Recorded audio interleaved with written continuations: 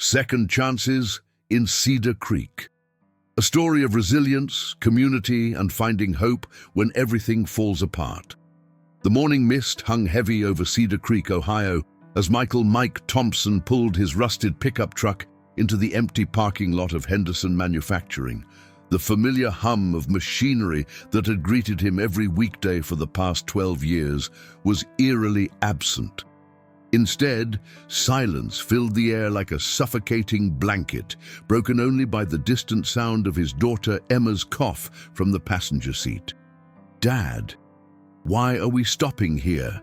Emma asked, her 8-year-old voice still scratchy from the cold that had been plaguing her for weeks.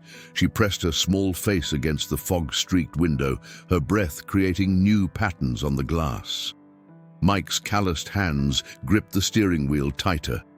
How do you explain to a child that the place that put food on your table, kept the lights on, and paid for her medicine was closing forever?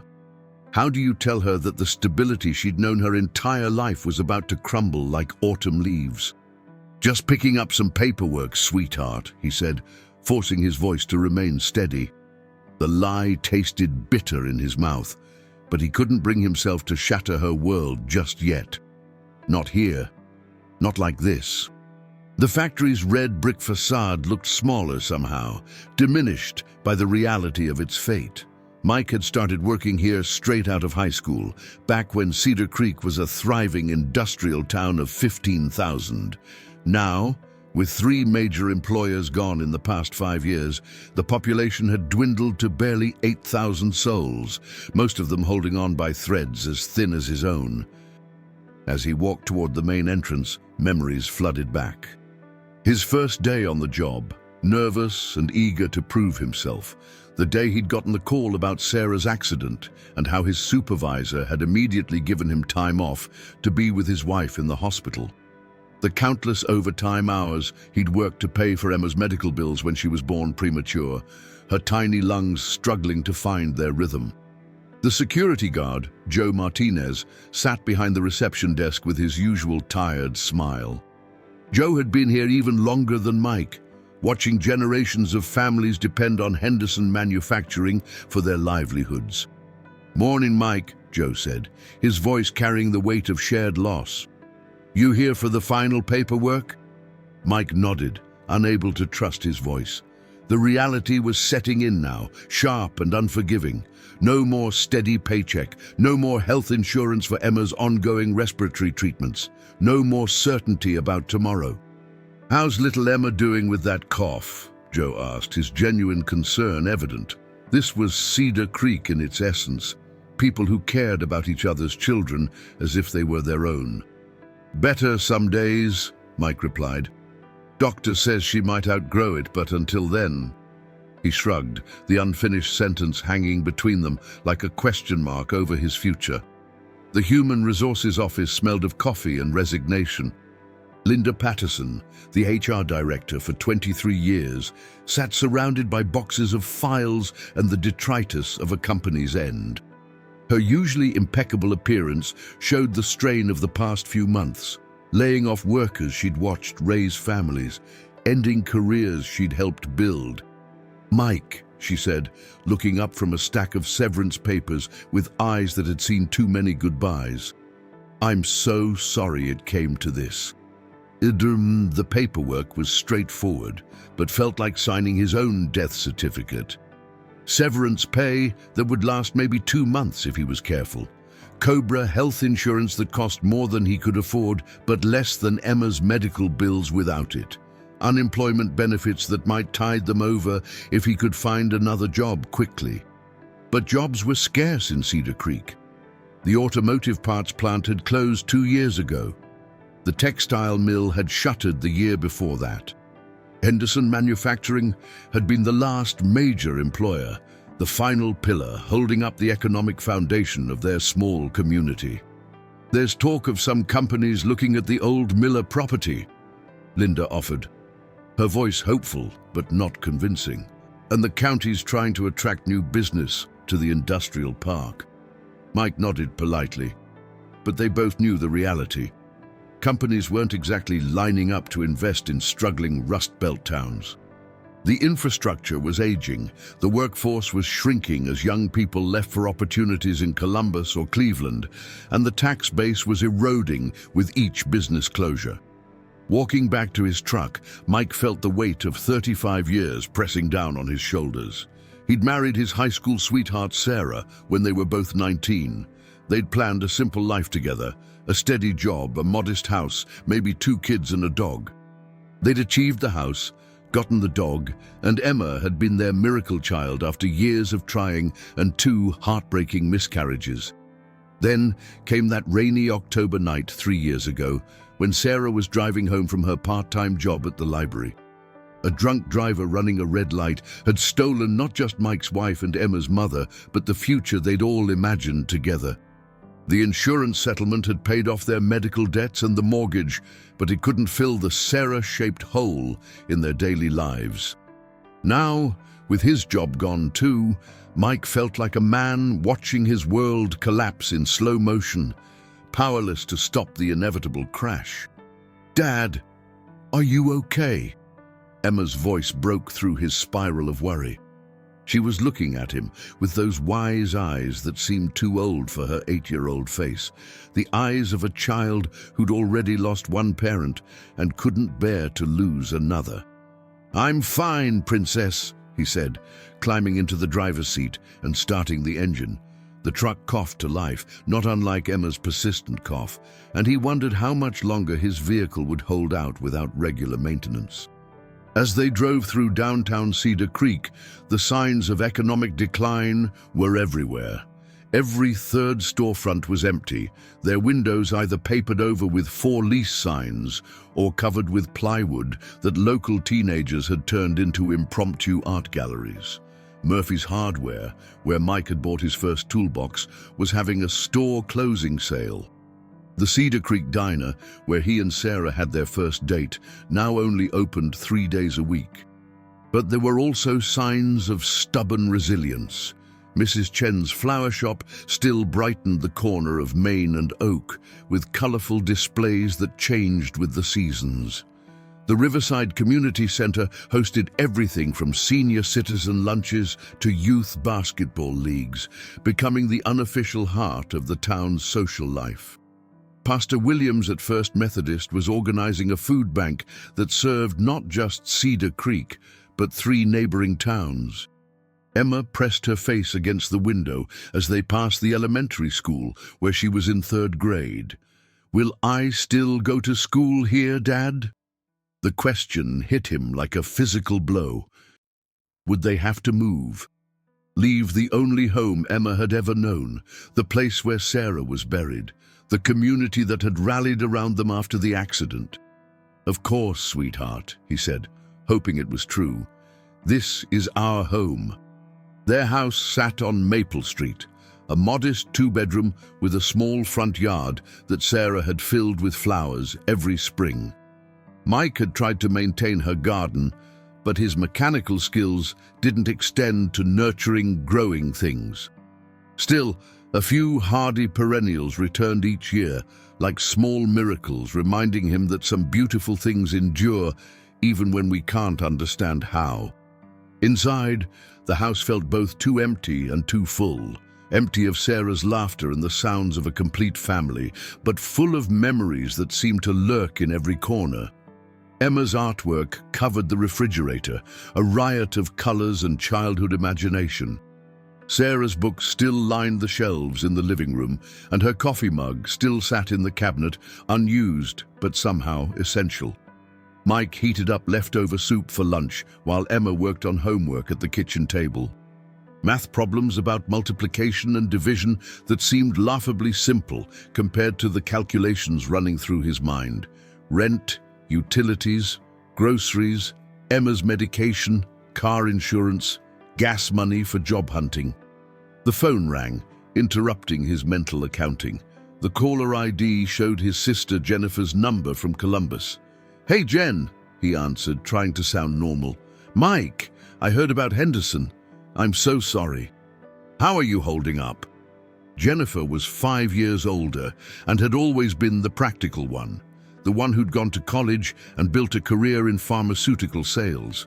She'd been urging him to move to Columbus for years, especially after Sarah died.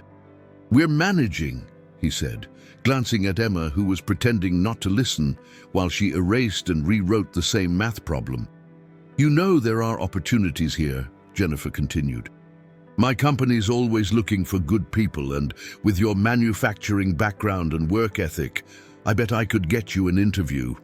Emma could go to really good schools. There are excellent doctors for her respiratory issues." Mike appreciated his sister's concern, but Columbus felt like a foreign country. He'd visited Jennifer's suburban neighborhood with its identical houses and manicured lawns, where neighbors were polite strangers and community meant the homeowners association. It was everything Cedar Creek wasn't: prosperous, growing, full of opportunity, and completely anonymous. "I need to explore all my options here first," he said. "Mike, honey, what options? The whole region is struggling. You could have a fresh start, a better life for Emma." After they hung up, Mike found himself staring out the kitchen window at his neighbor's house. Bill and Dorothy Hanson were both in their 70s, married for 52 years, and had been living next door since before Mike was born. Bill still kept the most beautiful vegetable garden in the neighborhood, despite his arthritis, and Dorothy had been bringing Emma homemade cookies and checking on them regularly since Sarah's death. This was what Jennifer didn't understand. Cedar Creek wasn't just a place to Mike and Emma. It was a web of relationships, a collection of people who knew each other's stories, who showed up without being asked when someone needed help. It was Mrs. Patterson at the grocery store who always asked about Emma's health and never charged them for the small items Emma occasionally forgot to pay for. It was Coach Rodriguez who volunteered his time to run the youth soccer league where Emma played goalkeeper. It was the mailman, Terry, who always had a joke and a smile, and who'd helped Mike replace a broken porch step without being asked. But relationships didn't pay bills or buy medicine. That evening, after Emma was tucked into bed with her inhaler on the nightstand and her favorite stuffed rabbit, Mr. Whiskers, Mike sat at his computer researching job opportunities.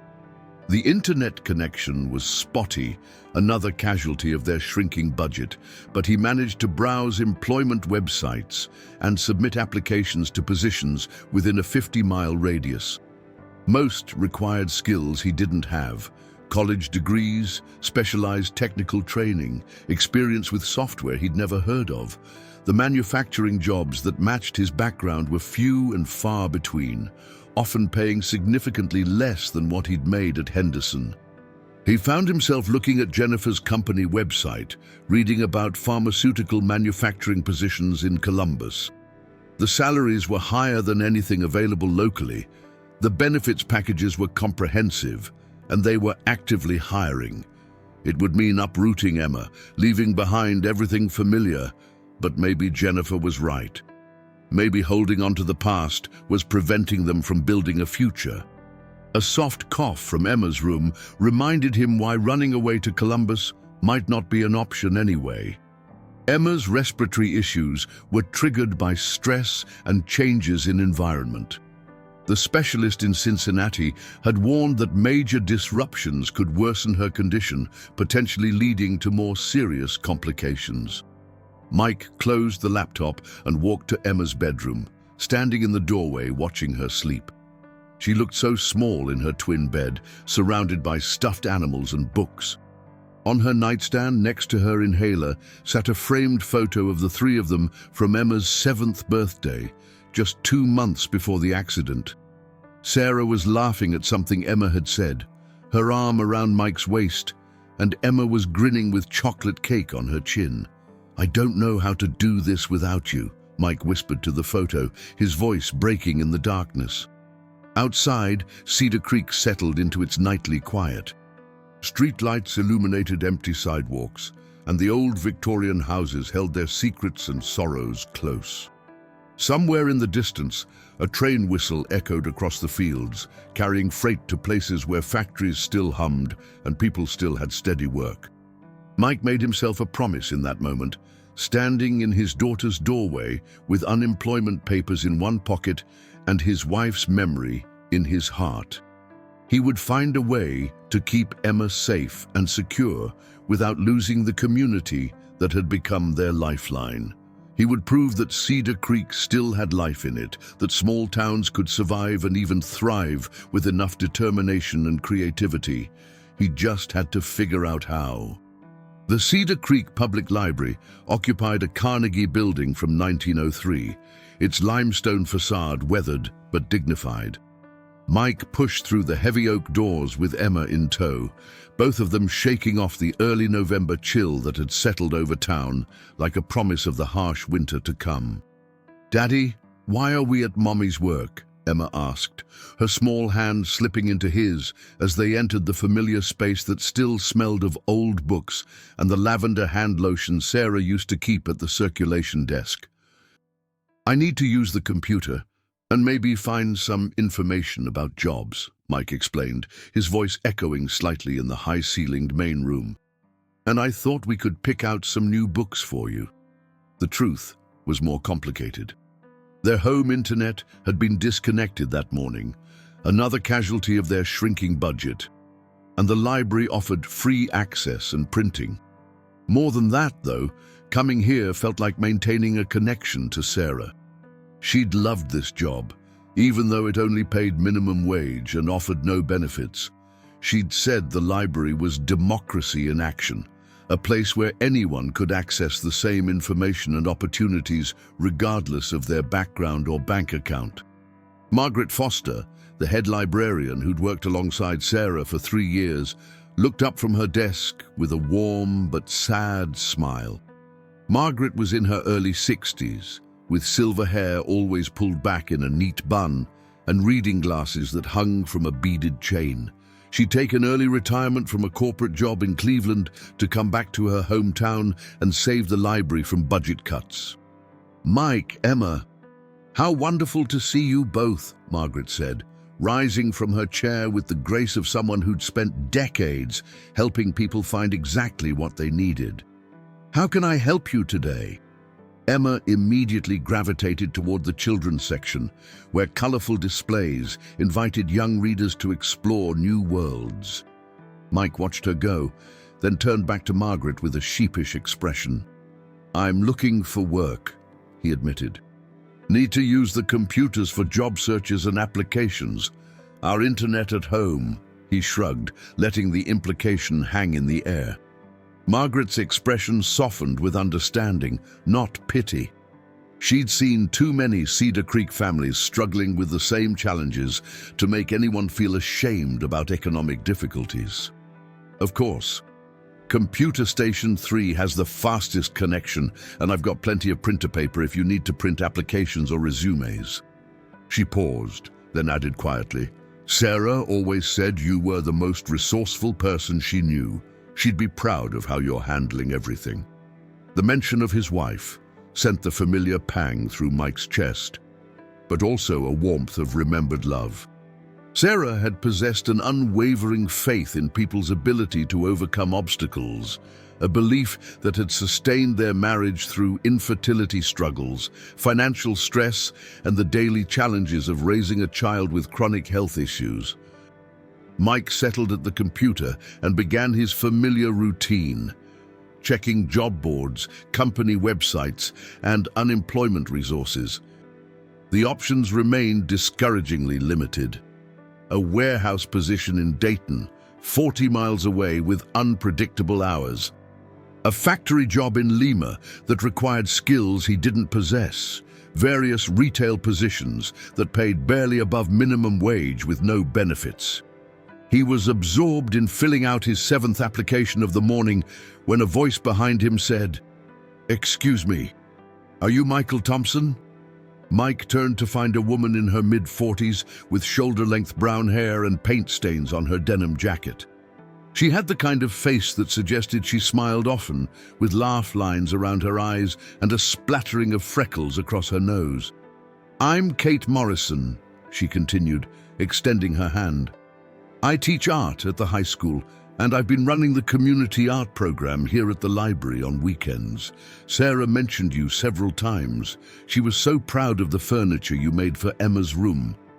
Mike remembered Sarah talking about Kate, the art teacher who'd started bringing creativity back to Cedar Creek through classes for adults and children, turning empty storefronts into temporary galleries, and organizing the annual arts festival that drew visitors from neighboring towns. "Nice to meet you," Mike said, shaking her hand and noticing the calluses that matched his own, the mark of someone who worked with their hands. Sarah loved talking about the art program. "She was one of our biggest supporters," Kate said, "always helping people find books about art techniques or local history for our projects. We're actually working on something new that I think might interest you." Before Mike could ask what she meant, Emma appeared at his side, clutching 3 picture books about animals and looking curious about the stranger talking to her father. "And you must be Emma," Kate said, crouching down to the girl's eye level. "Your mum showed me pictures of your drawings. She said you're quite the artist." Emma beamed with pride and shyness in equal measure. "I like to draw horses and dogs," she said. "And sometimes I draw Mommy in heaven with the angels." Kate's eyes glistened, but she maintained her warm smile. "Those sound like beautiful drawings. Would you like to see something cool while your dad finishes his work?" With Mike's permission, Kate led Emma to a display case near the children's section where local artists' work was showcased. Inside were small sculptures, paintings and crafts created by community members of all ages. "See this wooden toy truck?" Kate pointed to an intricately carved vehicle with working wheels and a hinged tailgate. "That was made by Mrs.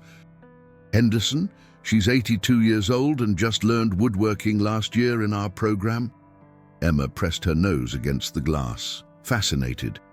"Could I learn to make things like that?" "Absolutely," Kate said.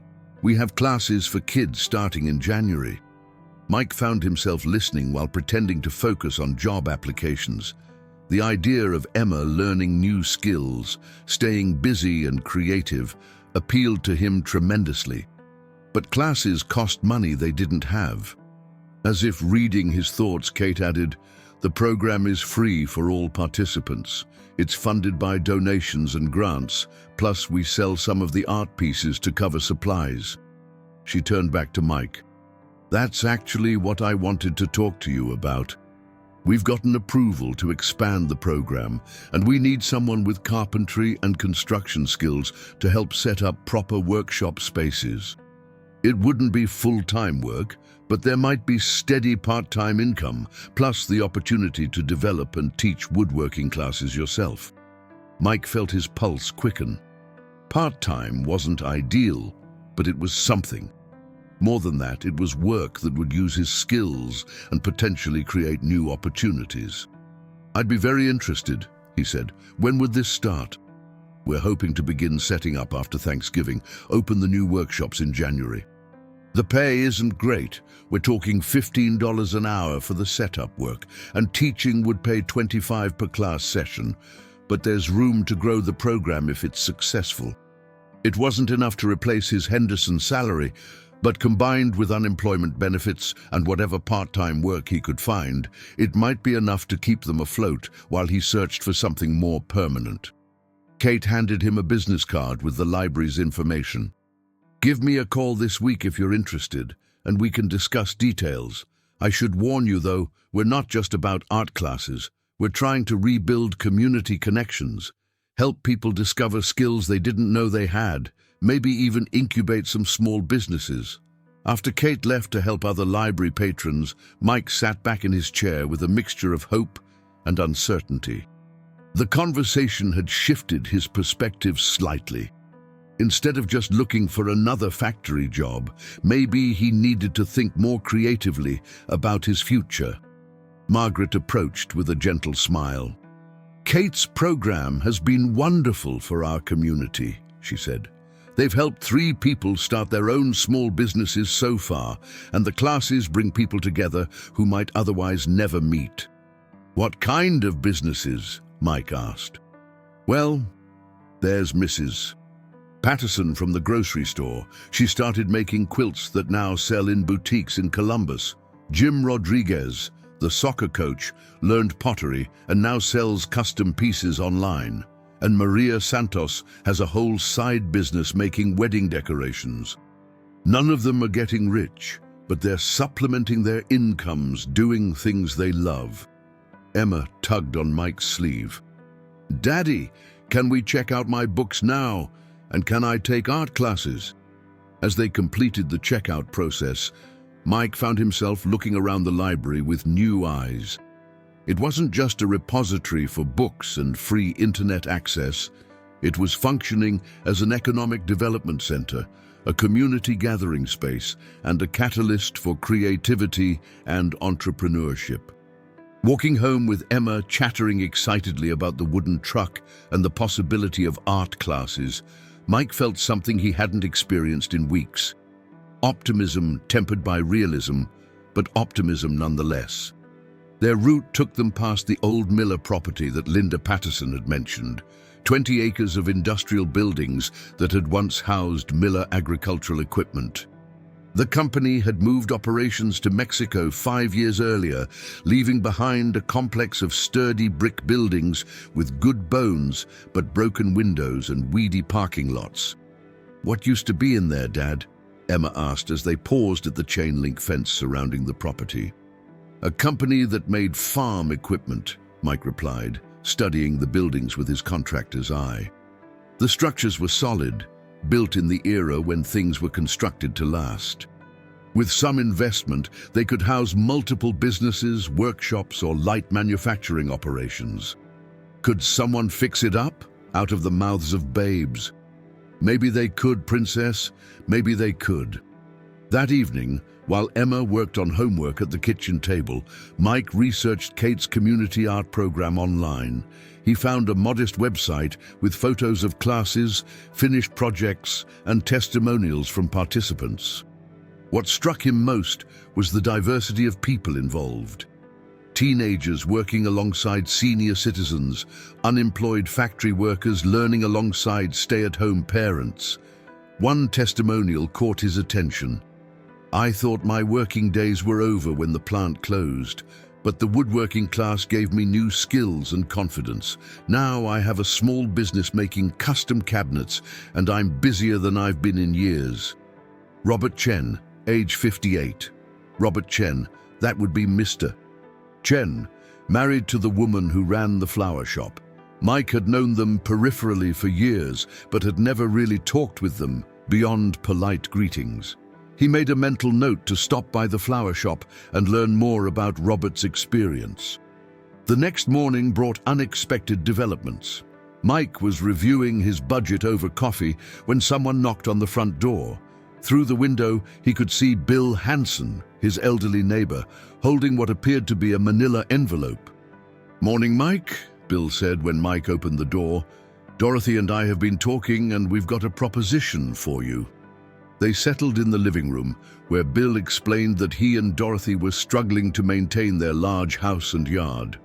At 73 and 71, respectively, tasks that had once been routine were becoming challenging. "We don't want to move to one of those senior communities," Bill said. "This has been our home for 46 years. But we need help with repairs, yard work, snow removal in winter. We've got some savings, and we're thinking we could hire you for regular maintenance work." Bill opened the envelope and pulled out a handwritten list. "We've catalogued everything we can think of. Gutters that need cleaning, a leaky faucet in the upstairs bathroom, some loose floorboards on the back porch, storm windows that need replacing, plus ongoing yard maintenance." Mike reviewed the list, mentally calculating time and materials. It represented several weeks of steady work at a fair wage, plus potential ongoing income. "We know you're between jobs right now," Dorothy called from the kitchen, where she was making tea.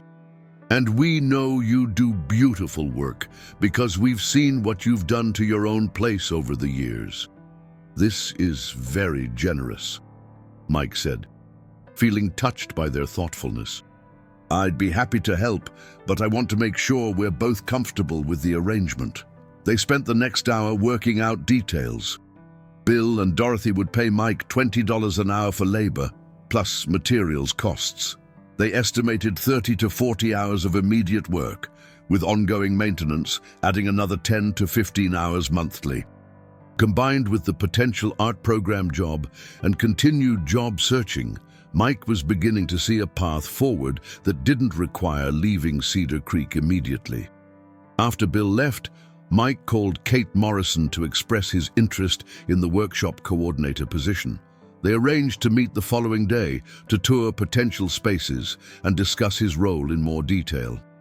That afternoon, while Emma was at soccer practice, Mike stopped by Chen's Flowers to talk with Robert Chen. The shop was small but bursting with color, arrangements of autumn flowers, potted plants, and the lingering scent of roses and chrysanthemums. Mrs. Chen greeted him warmly in accented English, her face lighting up when he explained why he'd come. She called to the back room, and Robert emerged wearing an apron and carrying a small wooden planter he'd been sanding. "Mike Thompson," Robert said with genuine pleasure. "I heard about Henderson. I'm very sorry." "Same thing happened to me 3 years ago at the automotive plant." Robert's story was both heartbreaking and inspiring. At 58, he'd thought his working life was essentially over when the plant closed. Too young to retire, but too old for most employers to consider hiring, he'd fallen into a depression that worried his family. "Kate's woodworking class saved me," Robert said simply. "Not just financially, but here," he tapped his chest, "gave me purpose again." He showed Mike examples of his work: elegant planters, custom shelving, decorative boxes with intricate joinery. The craftsmanship was impressive, clearly the work of someone who'd discovered a natural talent. "I make maybe half what I made at the plant," Robert continued, "but I work for myself. I create beautiful things, and people appreciate what I do. My grandson helps me with the website and online sales. We're even teaching him woodworking skills." Mrs. Chen beamed with pride. "He's much happier now. Stress gave him high blood pressure before, but doctor says it's much better now." Walking home with Emma after soccer practice, Mike felt like pieces of a puzzle were beginning to fit together. Not the life he'd planned, not the stable factory job he'd lost, but something new that might actually be better in ways he was just beginning to understand. "Dad," Emma said as they reached their front porch, "Coach Rodriguez said his wife makes pottery now, and she's teaching classes too. Could I learn pottery and art both?" "We'll see, sweetheart," Mike said, unlocking the door. "There might be lots of new things we can both learn." That night, after Emma was asleep, Mike sat at his kitchen table with a notebook, sketching out possibilities. Part-time work with the art program, regular maintenance jobs like the Hanson arrangement, maybe developing his own small business making custom furniture or home repairs, teaching woodworking classes, building something new from the pieces of what had been lost. It wouldn't be easy, and it wouldn't happen overnight. But for the first time since receiving his layoff notice, Mike felt like he was moving towards something rather than just running from disaster. Outside his window, Cedar Creek slept under a canopy of stars, a small town that refused to give up, filled with people who were learning that sometimes losing everything you thought you wanted was the first step toward discovering what you actually needed. The old Miller property looked different in the crisp December morning light, less like industrial ruins and more like untapped potential.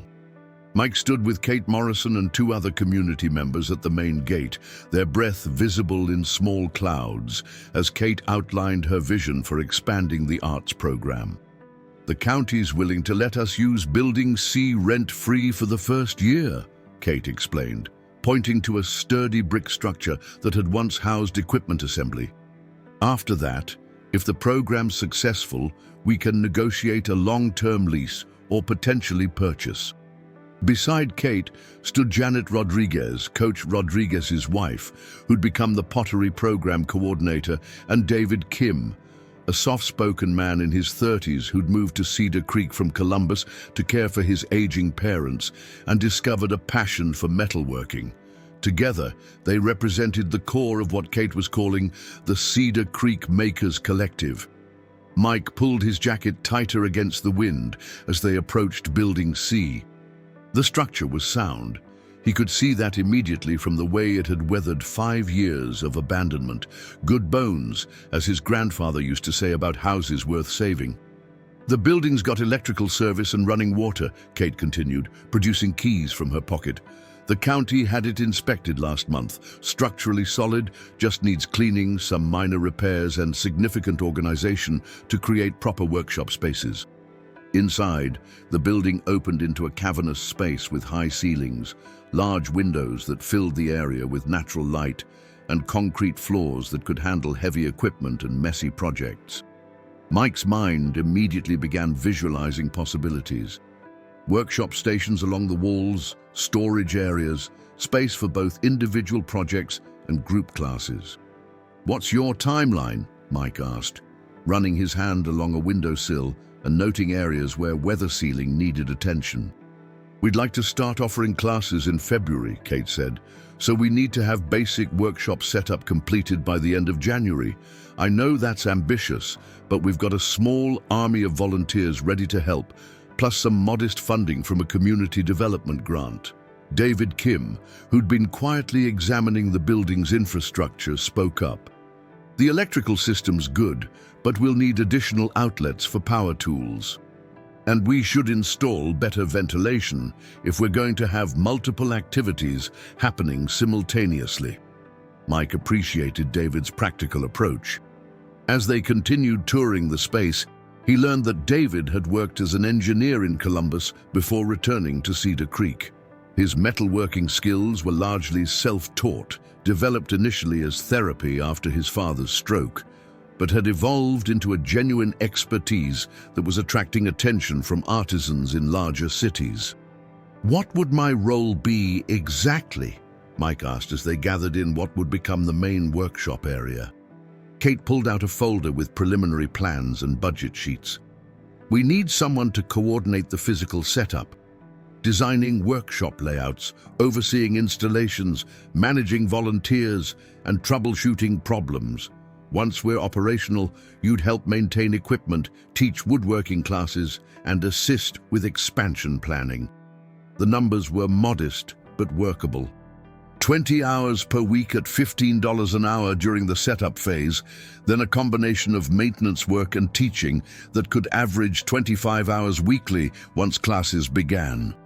Not enough for full independence, but combined with the Hanson maintenance contract and occasional odd jobs, it might provide stability while he continued searching for additional opportunities.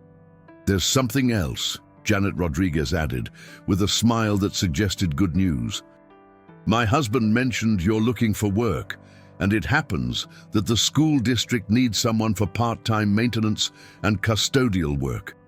It's only 15 hours a week, but it comes with health insurance benefits for you and Emma." Mike's pulse quickened. Health insurance had been his biggest worry. Emma's respiratory treatments and medications were expensive, and the COBRA coverage from Henderson was eating a huge chunk of his severance pay. "The position starts after winter break," Janet continued. "Mainly afternoon and weekend work, so it wouldn't conflict with the workshop setup or classes. Interested?" "Absolutely," Mike said, feeling like the universe was finally conspiring in his favor instead of against him. Over the following weeks, Mike threw himself into transforming Building C into a functional workshop space. The work was satisfying in a way that factory assembly never had been. Every decision was purposeful. Every improvement would benefit the community he was helping to build. His days developed a rhythm. Mornings at the workshop space, coordinating deliveries of supplies, installing electrical outlets, and building workbenches with the help of enthusiastic volunteers. Afternoons often involved maintenance work at the Hanson house or other odd jobs that were coming his way through word-of-mouth referrals. Evenings were for Emma, homework help, dinner, bedtime stories, and the precious routine that kept their small family anchored. Emma was thriving.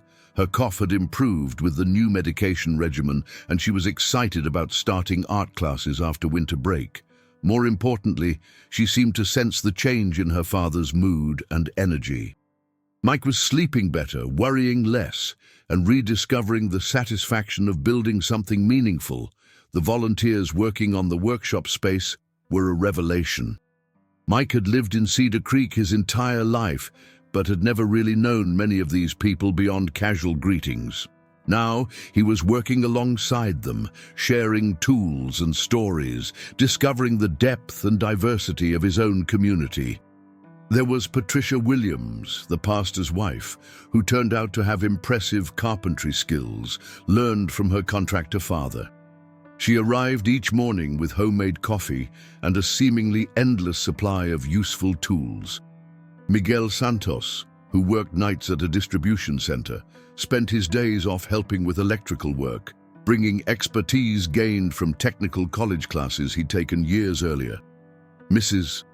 Patterson from the grocery store contributed both volunteer hours and a sharp eye for organizational efficiency that transformed their supply management.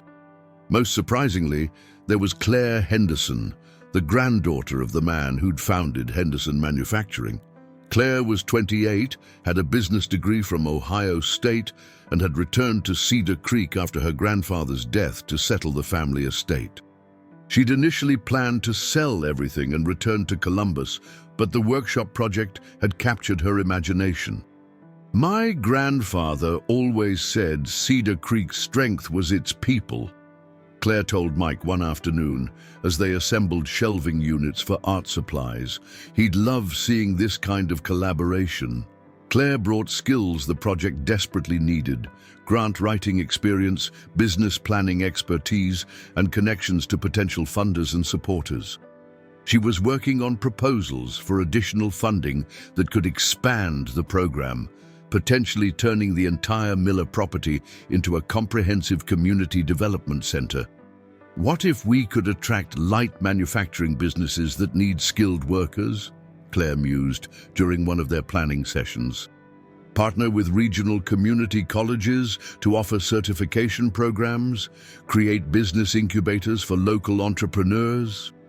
Her enthusiasm was infectious, but Mike had learned to temper optimism with realism. Still, he found himself caught up in the vision of Cedar Creek, not just surviving, but actually thriving.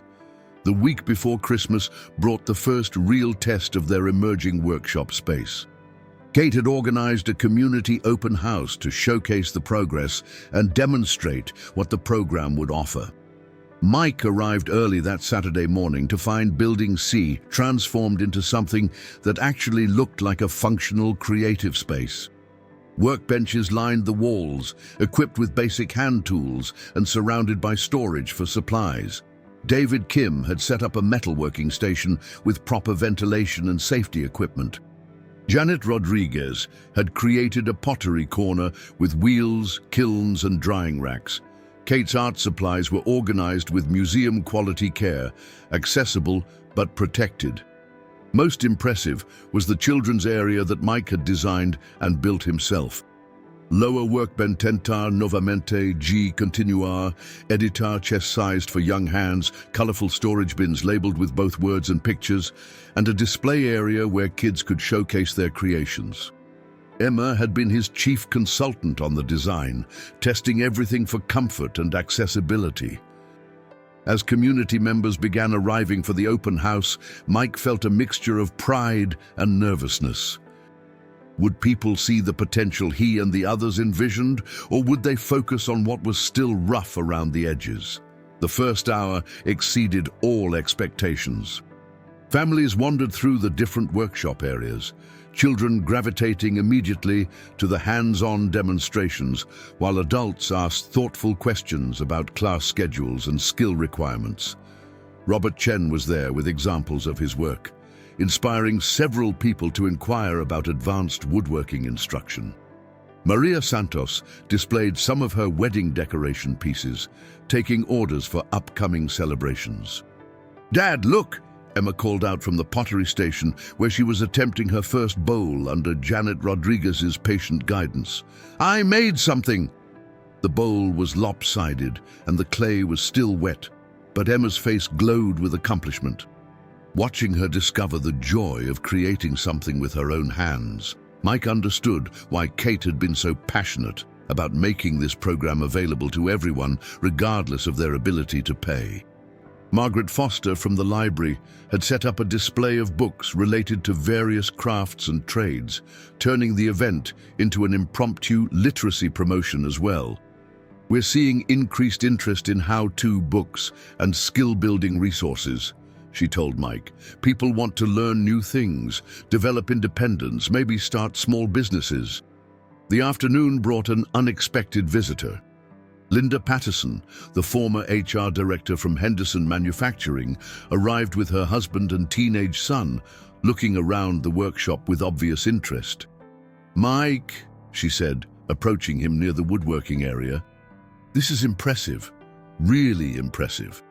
Linda explained that she'd been struggling with her own career transition since Henderson closed. At 52, she was finding the job market challenging, especially for someone whose skills were primarily in human resources and administration. "I keep thinking about what you're all building here," she continued. "The community connections, the skills development, the entrepreneurship support. It's everything we should have been doing years ago to diversify our economy." She paused, watching her son attempt to use a handsaw under Patricia Williams's supervision. Would there be interest in business development workshops? Help for people who want to start their own enterprises but don't know how to navigate licensing, insurance, marketing, that sort of thing. Mike introduced Linda to Claire Henderson, and within minutes, they were deep in conversation about expanding the program's scope. Claire's business background and Linda's HR experience seemed to complement each other perfectly, and both brought connections to resources that could benefit emerging entrepreneurs. As the open house wound down, Kate gathered the core organizers for a brief celebration.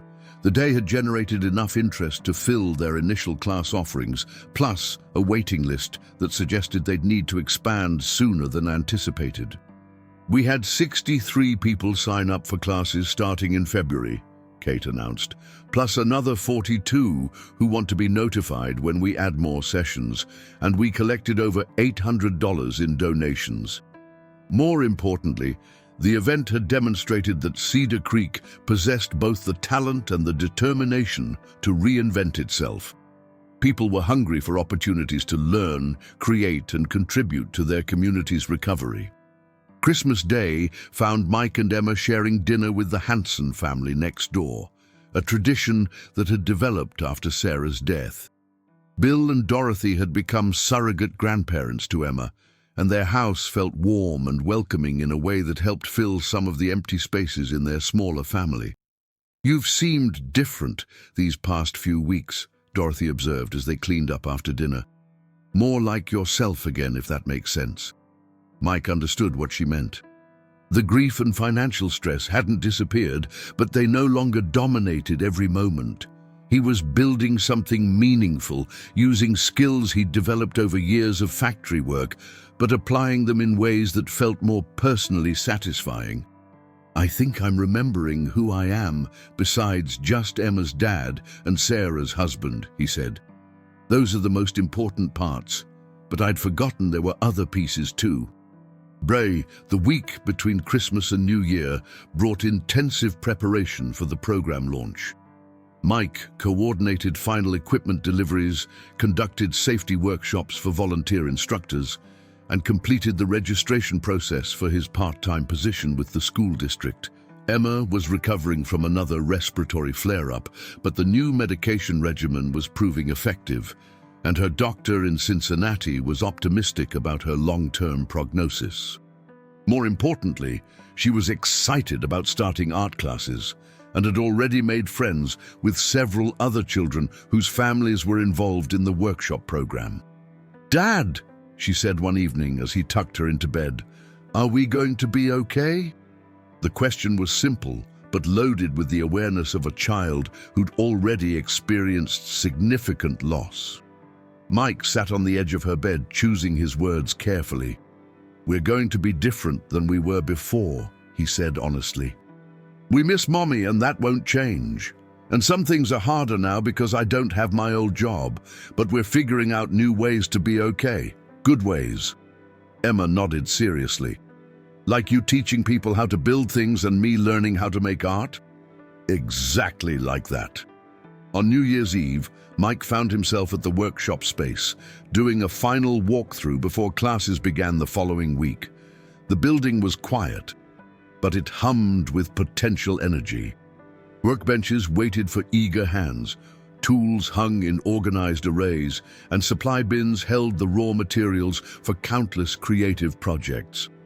His phone buzzed with a text from Claire Henderson. "Grant application submitted for Phase 2 expansion. Fingers crossed for spring funding announcement. Thank you for believing in this crazy dream."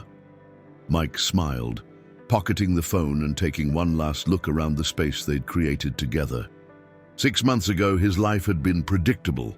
Factory job, steady paycheck, clear routine. It hadn't been exciting, but it had been secure.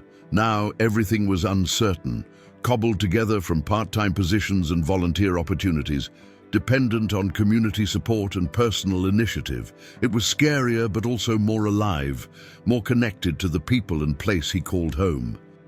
As he locked up the building and walked to his truck, Mike made his own quiet resolution for the new year. He would continue building, not just physical structures, but relationships, opportunities, and hope. He would prove that small towns could adapt and thrive when their people worked together with creativity and determination. The drive home took him past houses where workshop volunteers lived, past the library where it all began, past the cemetery where Sarah rested under a simple headstone that read, "Beloved wife and mother." He stopped there briefly, as he did most weeks, to update her on their progress. "Emma's doing great," he said aloud, his breath visible in the cold air. "Really great. And I think I'm finally figuring out how to build us a good life without you. Different than we planned, but good." Back home, Emma was asleep, and the house was quiet, except for the familiar sounds of an old building settling for the night. Mike checked the locks, turned off the lights, and headed upstairs with a sense of anticipation about tomorrow that he hadn't felt in months. The future remained uncertain, but it was uncertainty filled with possibility rather than dread. Cedar Creek was changing, and Mike Thompson was helping to build that change, one workbench, one class, one community connection at a time. February's first snowfall dusted Cedar Creek like powdered sugar on a cake, transforming the industrial landscape into something almost magical. Mike arrived at Building C to find Claire Henderson already there, standing in the main workshop space with steaming coffee and a laptop displaying colorful charts and graphs. "We got it," she said simply, but her grin was enormous. The state community development grant came through, $250,000 over 3 years. Mike set down his toolbox, trying to process the magnitude of what Claire was telling him. 250,000 plus matching funds pledged by the county and 3 regional foundations. "We're looking at nearly $500,000 to expand the program, renovate additional buildings, and create what they're calling a rural innovation hub."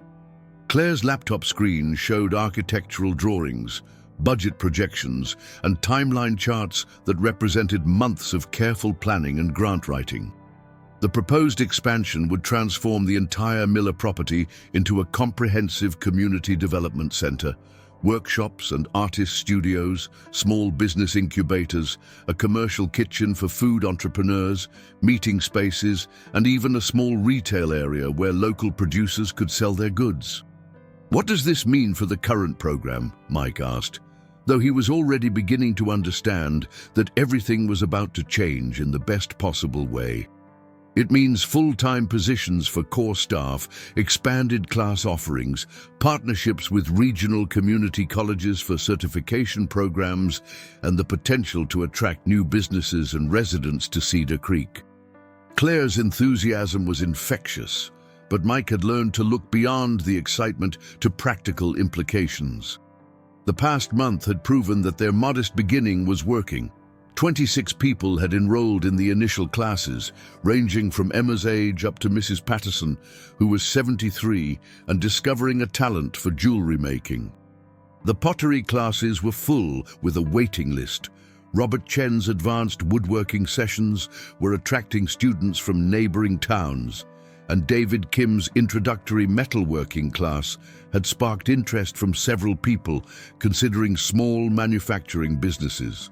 More importantly, the program was generating the kind of community connections Kate had envisioned.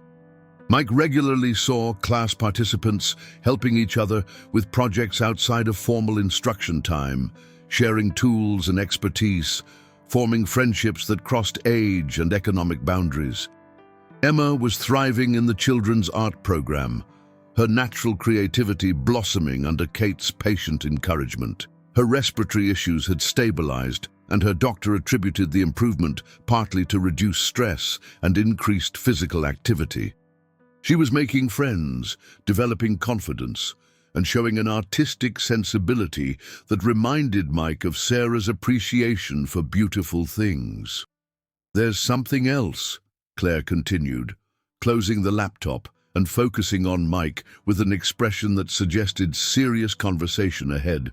"The grant includes funding for a full-time operations manager position, someone to coordinate programs, manage volunteers, oversee maintenance and expansion, and work with community partners.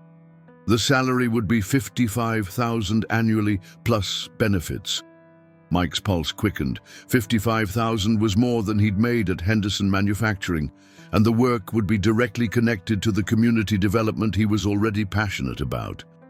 "I'd love to be considered," he said carefully, not wanting to assume anything. "Mike," Claire said with a laugh, "you basically created this position through everything you've been doing for the past 3 months. The grant application specifically cited your work coordinating volunteer efforts, managing the physical transformation of this space, and connecting with community members.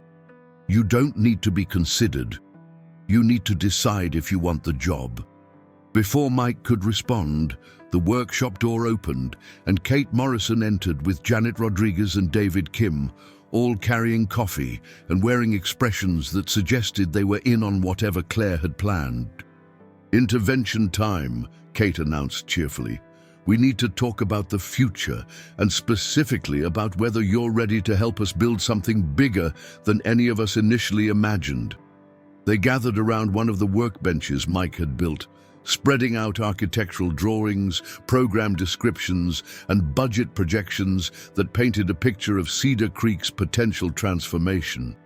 The scope was ambitious, but grounded in the practical success they'd already achieved.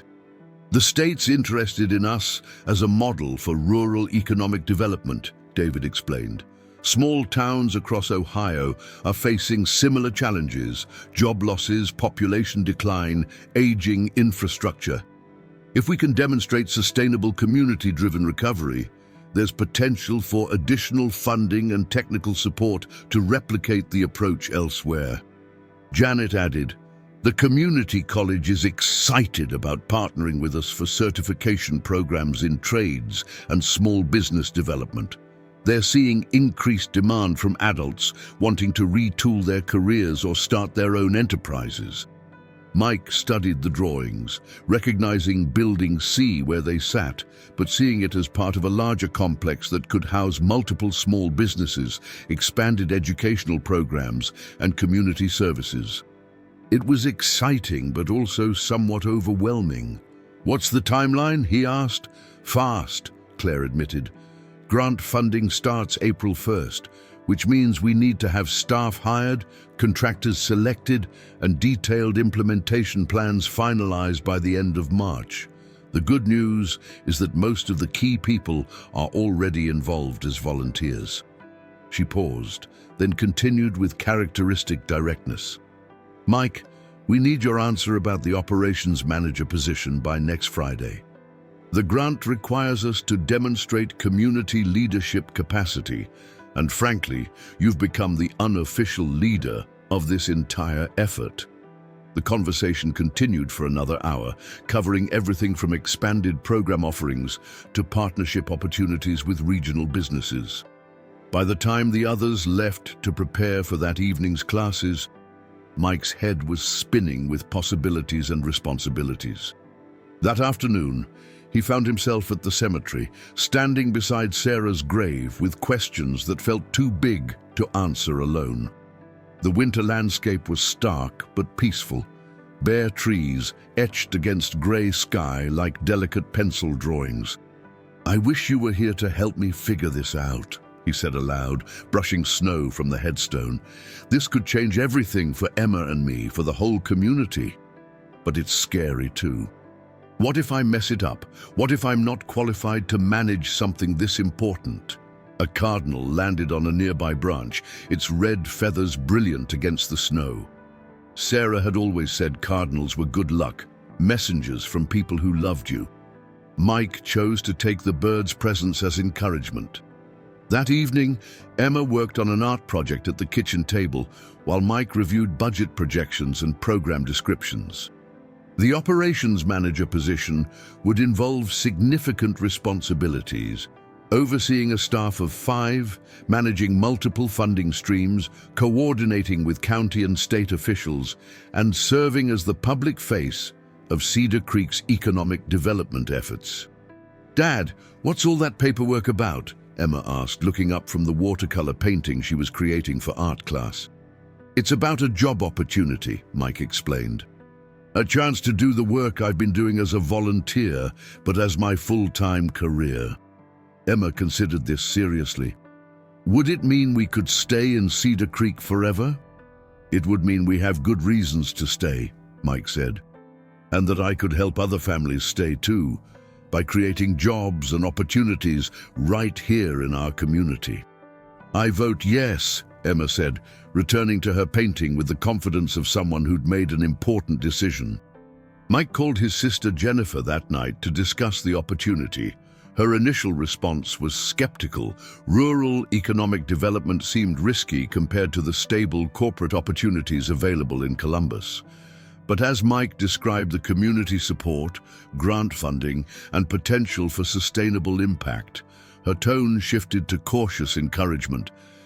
"It sounds like you've found your calling," Jennifer said finally, "and Emma's happy there, which is the most important thing. I still worry about health insurance and retirement savings, but maybe some risks are worth taking." The following morning brought validation from an unexpected source. Mike was replacing weather stripping at the Hanson house when Bill mentioned a conversation he'd had at the senior center. "Everyone's talking about the workshop program," Bill said, holding a window steady while Mike worked. "People are excited in a way I haven't seen since the 70s, when Cedar Creek was still growing. Margaret Foster says the library's seeing increased attendance, people checking out books about starting businesses and learning new skills." Dorothy added from the kitchen. "The younger families are talking about staying instead of moving away for opportunities. That hasn't happened in years." That afternoon, Mike toured the Miller property with Claire and a representative from the architectural firm hired to design the expansion. Walking through empty buildings that would soon house pottery studios, metalworking shops, a commercial kitchen, and business incubation spaces, Mike could visualize the bustling community center it could become. "The key to success will be maintaining the personal connections and collaborative spirit you've already established," the architect observed. "Too many of these projects become sterile, institutional. What makes this special is the authentic community ownership." By Thursday, Mike had made his decision. He called Claire to accept the operations manager position, then spent the evening updating his resume and preparing for what felt like the most important job interview of his life. Even though everyone involved already knew he was the right person for the role. The formal interview took place the following Monday at the County Administration Building, with a panel including Claire, Kate, a county commissioner, and a representative from the State Community Development Office. The questions focused on his vision for the program's growth, strategies for community engagement, and plans for measuring success. Mr.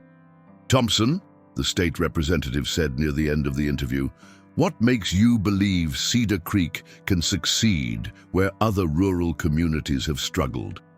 Mike thought about Emma's artwork on their refrigerator, Robert Chen's beautiful handcrafted furniture, the volunteers who'd spent weekends transforming an abandoned building into a creative space, and the simple fact that people were choosing to stay and build rather than leave and start over. Cedar Creek isn't trying to become something it's not, he said. We're working with our existing strengths, skilled workers, strong community connections, good infrastructure, and people who care about each other. We're not competing with big cities for the same industries. We're creating opportunities that make sense for our size and resources. He paused, then continued. Plus, we've already proven it works. People are learning new skills, starting small businesses, and choosing to invest their time and energy here. The grant funding will let us do more of what's already successful, not experiment with untested theories. The job offer came 2 days later, along with congratulations from county and state officials who seemed genuinely excited about Cedar Creek's potential to become a model for rural economic development. Mike's first day as operations manager was March 15th, a date that felt symbolically appropriate for new beginnings. He arrived at Building C, now officially called the Cedar Creek Community Innovation Center, to find a small celebration in progress. Kate had brought donuts, Claire had coffee, and several workshop participants had gathered to wish him well in his new role. Emma was there too, having convinced him to let her skip part of school to witness her father's professional milestone. She presented him with a handmade card featuring a drawing of him surrounded by tools and art supplies, with "World's Best Dad and Community Builder" written in her careful third-grade handwriting. "Speech," called out Mrs. Patterson, who'd become one of the program's most enthusiastic advocates. Mike looked around the workshop space at faces that had become familiar and dear over the past few months. People who'd believed in an ambitious vision and worked to make it reality.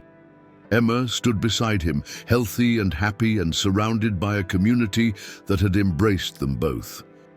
6 months ago, I thought I'd lost everything that mattered except Emma, he began. My job, my sense of purpose, my confidence about the future. I was so focused on what was gone that I almost missed what was possible. He gestured around the workshop, where people continued arriving for evening classes despite the impromptu celebration. This place, this program, this community, it's taught me that sometimes losing what you thought you wanted is how you discover what you actually need. We needed each other, and we needed a way to build something meaningful together.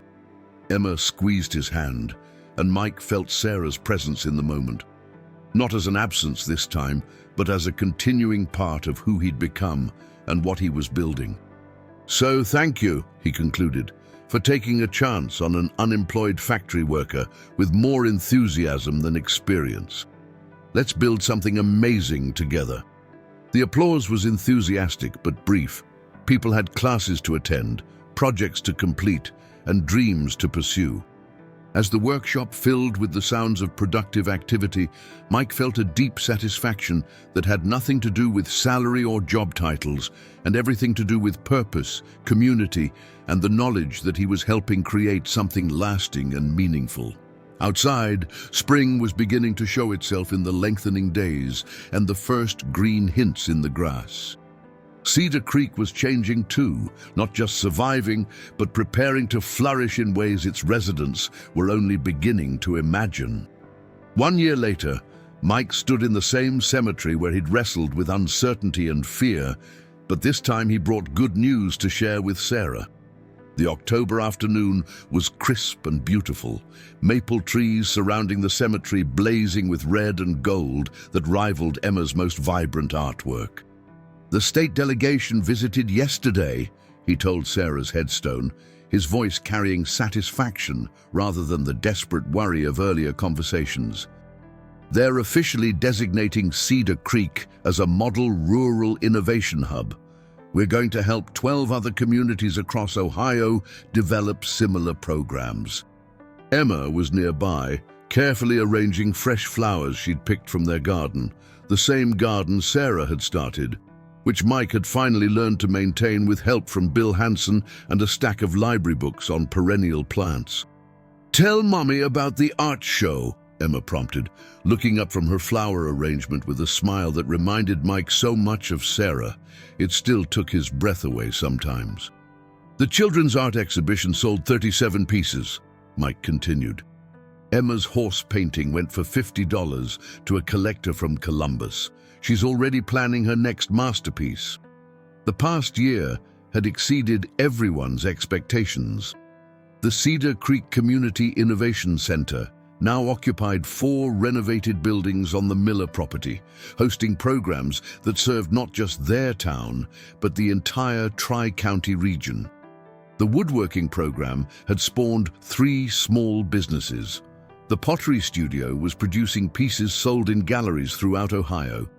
The commercial kitchen had launched 5 food-based enterprises, including Maria Santos's catering business that was booked solid through the holidays. Most importantly, Cedar Creek's population had stabilized and actually begun growing for the first time in 15 years. Young families were moving to town, attracted by affordable housing, quality schools, and the unique combination of small-town community and entrepreneurial opportunities. Mike's role had evolved beyond anything he'd originally imagined. As operations manager, he was part community organizer, part business development coordinator, and part small-town mayor without the title. He'd testified before state legislative committees about rural economic development, been interviewed by reporters from major newspapers, and consulted with communities as far away as Kentucky and West Virginia.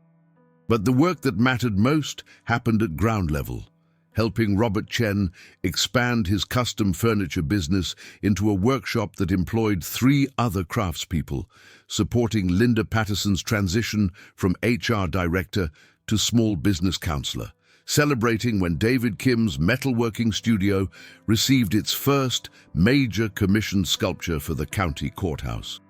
"Dad, look," Emma said, pointing across the cemetery to where an elderly man was tending a grave near the back fence. Mike recognized him as Walter Murphy, whose family had owned Murphy's Hardware for 3 generations until economic pressures forced them to close the previous year.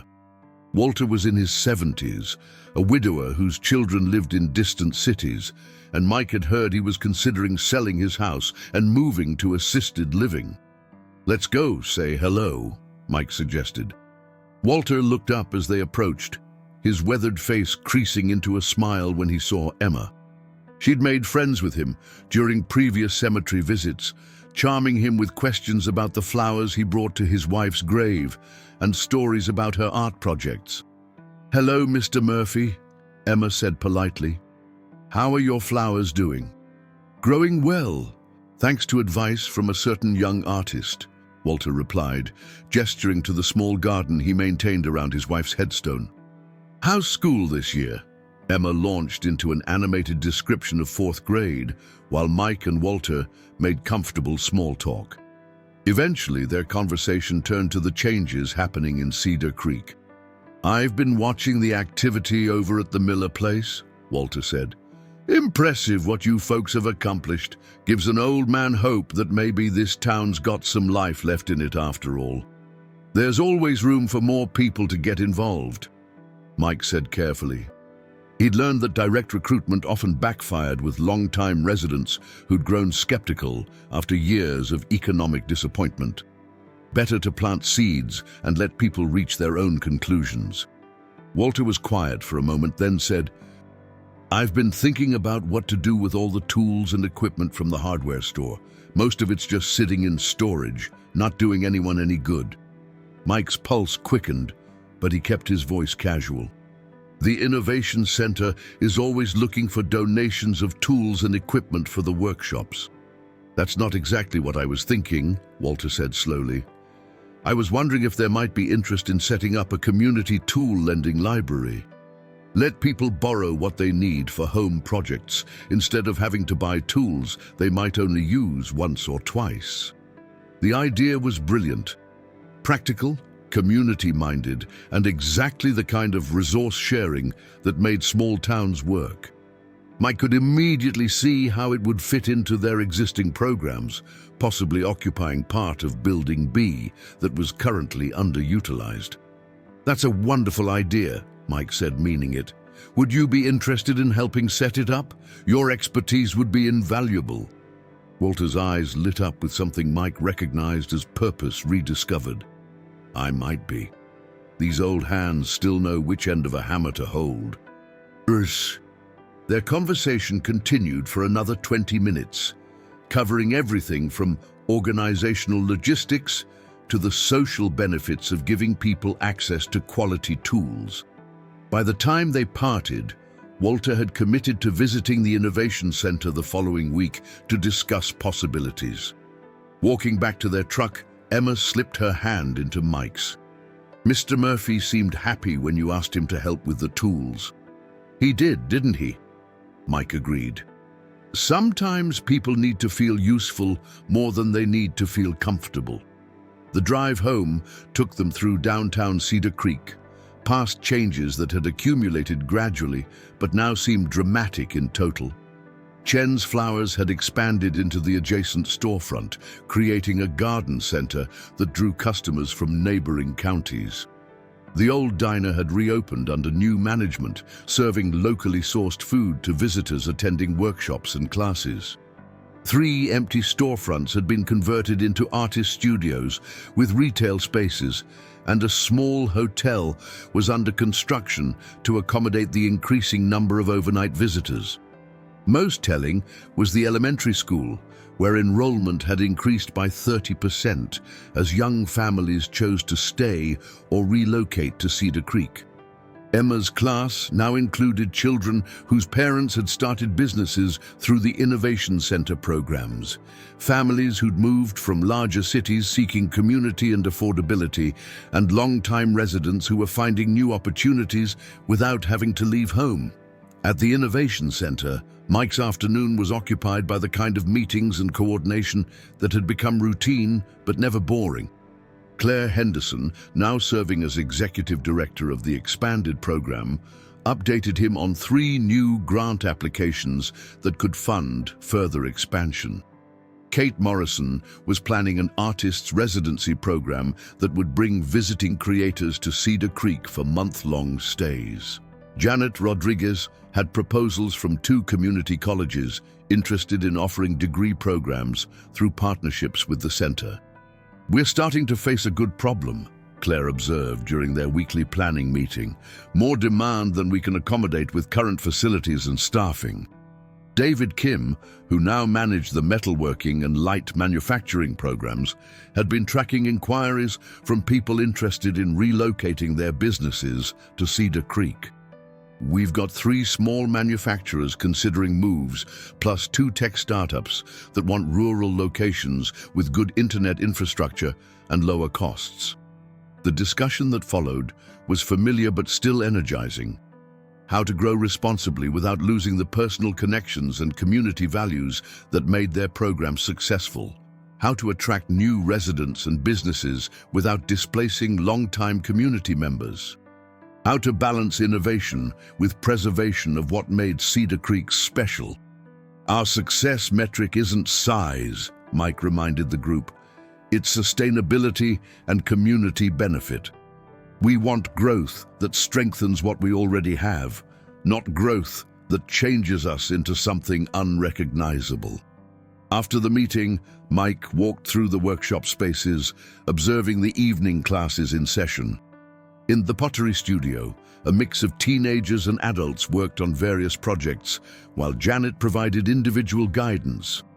The woodworking shop buzzed with conversation and the sounds of hand tools as Robert Chen led a furniture-making class. The commercial kitchen hosted a food preservation workshop that was helping local families reduce grocery costs while learning traditional skills. Emma was in the children's art room, working on a collaborative mural that would be displayed at the county fair. She looked up when Mike appeared in the doorway, her face streaked with paint and radiating the contentment of someone completely absorbed in creative work. 5 more minutes? She asked, knowing their usual routine. 5 more minutes, Mike agreed, settling into a chair to watch the children work. The mural depicted Cedar Creek through the seasons: spring flowers, summer festivals, autumn harvest, winter snow, but also included images of the Innovation Center, local businesses, and community members recognizable to anyone who lived in town. Emma's contribution was a section showing families working together in gardens and workshops, with bright colors that suggested joy and connection. Her artistic skills had developed tremendously over the past year, but more importantly, her sense of belonging and security had deepened in ways that Mike could see in her posture, her interactions with other children, and her excitement about school and community events. Driving home, they passed the house where Bill and Dorothy Hanson lived next door to their own. Both properties looked well-maintained and welcoming, gardens prepared for winter, and porches decorated with harvest displays that spoke of people who planned to stay, to celebrate seasons and holidays in familiar places with familiar people. "Dad," Emma said as they pulled into their driveway, "are you happy?" The question came from nowhere but felt important, the kind of inquiry that children make when they're trying to understand something fundamental about their world. Mike considered his answer carefully. Happy felt too simple a word for the complex satisfaction he'd found in building something meaningful from the pieces of loss and uncertainty. But it wasn't wrong either. "I'm happy in ways I didn't expect to be," he said finally. "Different than I was happy when Mommy was alive, but still happy, good happy." Emma nodded solemnly. "I think Mommy would like what we built." "I think so too."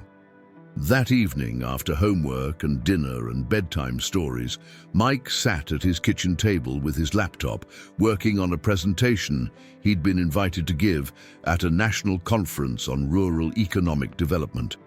The invitation was flattering and the opportunity significant, a chance to share Cedar Creek's story with community leaders from across the country. But as he wrote about their programs and outcomes, Mike found himself focusing less on statistics and more on stories. Walter Murphy rediscovering purpose through the tool lending library. Robert Chen building both a business and intergenerational connections through woodworking instruction. Linda Patterson transforming professional disappointment into entrepreneurial guidance.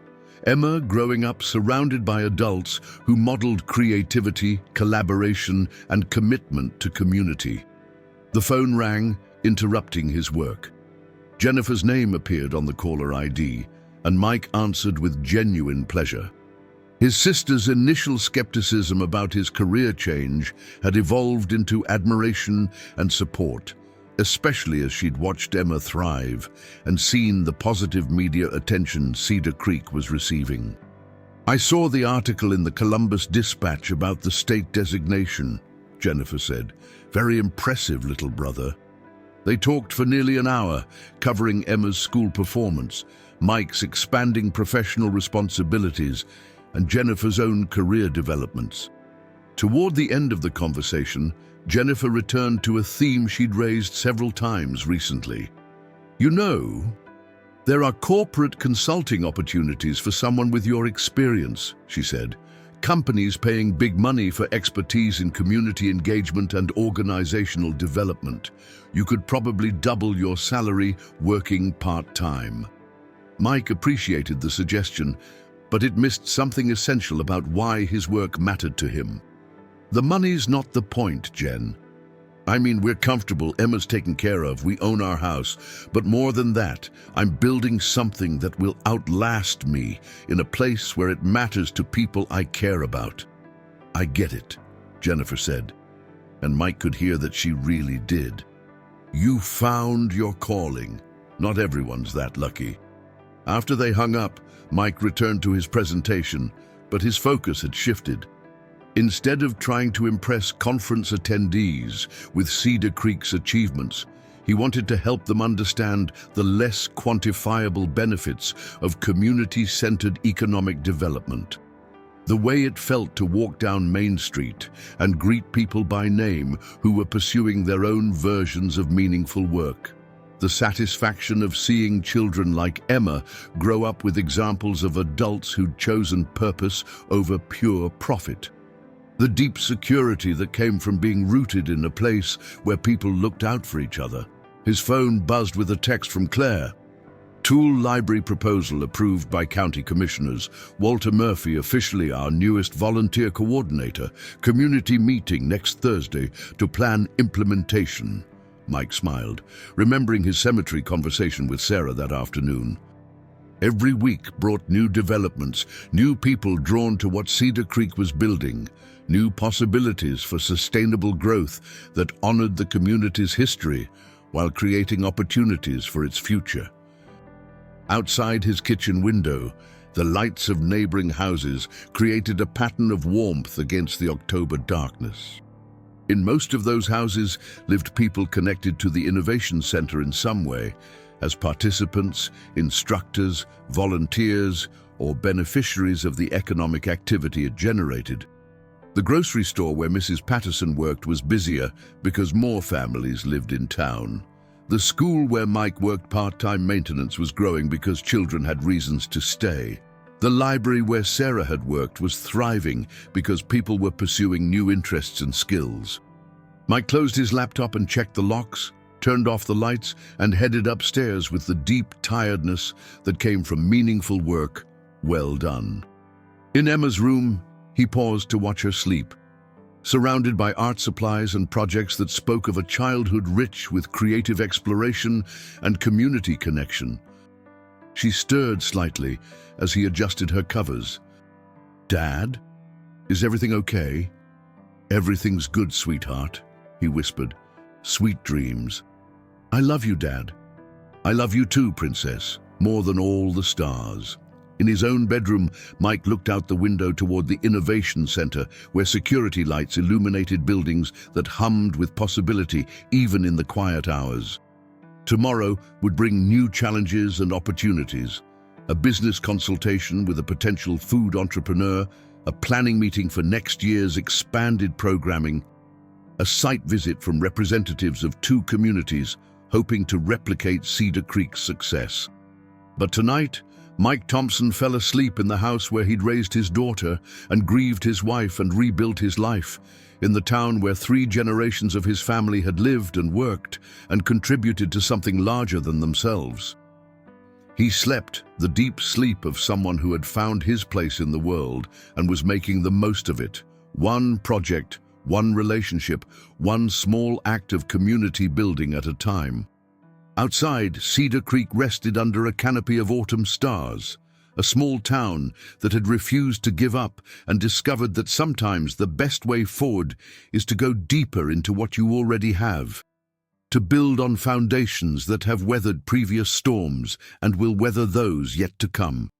In the morning, the work of community building would continue, but for now, there was rest and satisfaction and the quiet confidence that comes from knowing you're exactly where you belong, doing exactly what you're meant to do. The end.